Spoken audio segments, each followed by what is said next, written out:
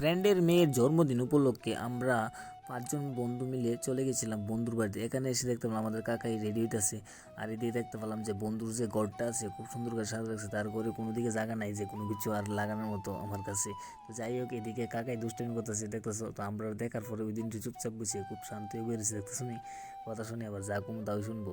তো যাই হোক, তো ওর তো মাথার মধ্যে একটা জিনিসই খেলতেছে যে কেকের টিকে কোন সময় যে পুতুলটা নিব। এখানে একটা পুতুল দেওয়া আছে কেকটার মধ্যে, আর ওই কেকটা আমরা 5 জন বন্ধু মিলে গিফট করছিলাম। তো যাই হোক, এদিকে দেখতেছো ও কাজ করতেছে, ফুল টুল দিতেছে মায়ের সাথে, তারপর ওর কেকটা কাটা হলো।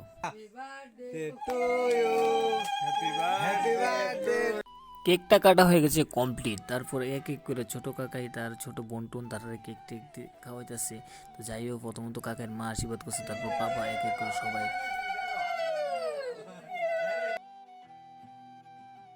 এই বদি আমরা সামনে বার এটার মধ্যে মাংস রান্নবেন, ঠিক আছে? এই বই করাটা থাকতে মাংস রান্নার মধ্যে। বাড়ির সবাই আশীর্বাদ করার পরে তারপর আমার বন্ধু তারাও আশীর্বাদ করছে এক এক করে। প্রথমত আমার একটা ফ্রেন্ড আশীর্বাদ করছে, তারপর আরও 2টা ফ্রেন্ড আশীর্বাদ করছে। তো যাই হোক, তো আমি আশীর্বাদ করছি, প্লাস একটু মিষ্টিও হয়েছে কাকারে। তার এদিকে আমার একটা বন্ধু, মানে এত পুরো জোকার, মানে কুয়ার মতো না, নাম হলো ইন্দ্রজিৎ।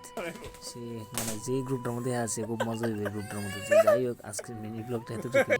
তো নেক্সট আবার দেখা হইতেছে কোনো একটা ভিডিওতে।